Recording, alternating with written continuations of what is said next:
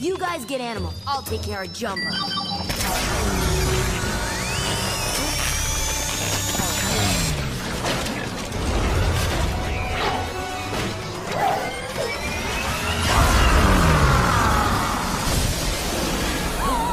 Let's wrestle!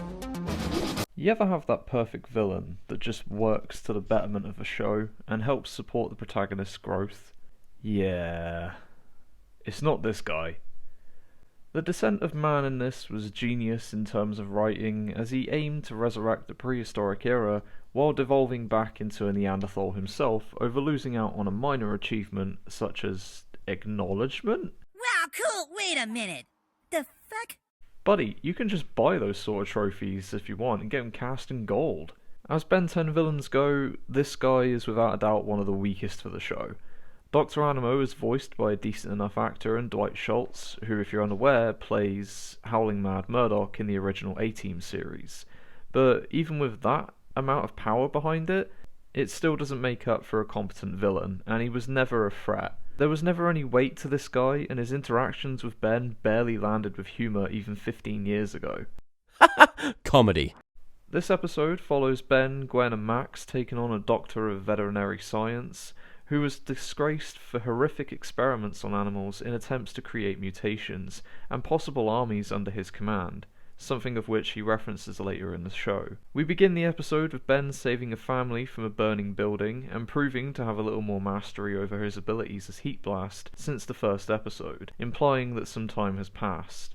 After saving them and attempting to bask in the limelight for a moment, he's distracted by a series of collector cards from a franchise known as Sumo Slammers in this universe, that Ben is seemingly obsessed with, only to then be reminded by Gwen that the guys who set the building alight are actually getting away. Ben resolves the situation quickly before timing out, but wants the acknowledgement once again. Get where we're headed with this? Wake up! Up and at him! Fine then. Sometime later, after being introduced to Animo, who succeeds in making mutations, he breaks into a Kmart and mutates more creatures to generate chaos, allowing him to acquire a few more materials that he needs to complete this entire escapade, if you can even call it that.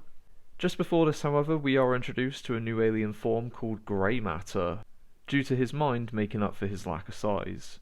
Shortly after this encounter, Ben, Gwen and Max follow the trails and track down Animo to a museum, where he reveals his plans for global domination, to take all the glory and retrieve his award that he lost out on all those years ago, and the very thing that drove him to commit these inconceivable acts up till this point. This is an obvious parallel to Ben, who also wants to chase glory and acclaim, but looking at what is done to Animo is a stark reminder to Ben to be humble in his efforts. Don't try and chase something so hollow when it's not earned.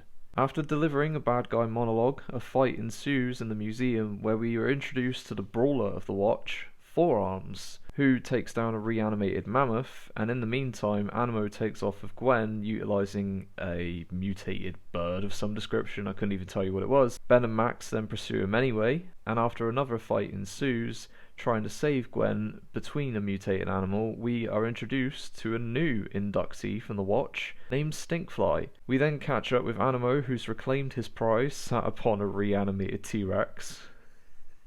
These old cartoons are just absolutely ridiculous at times, but is quickly stopped by Ben, destroying his transmodulator, the magical bullshit device that allows him to do what he does, and is then arrested, and our gang move on. Boy, that escalated quickly. I mean, that really got out of hand fast.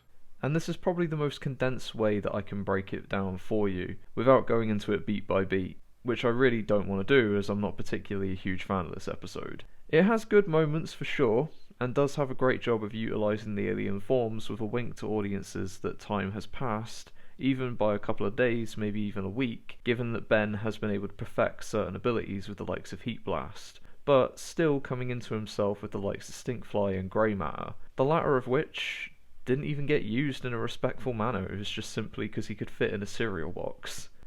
Animo is always popping up throughout the show, and every time he does, I forget he's part of this. He's the equivalent of the Toilinator from KND for me. That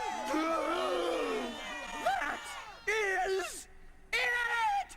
I will not be the butt of everyone's jokes anymore!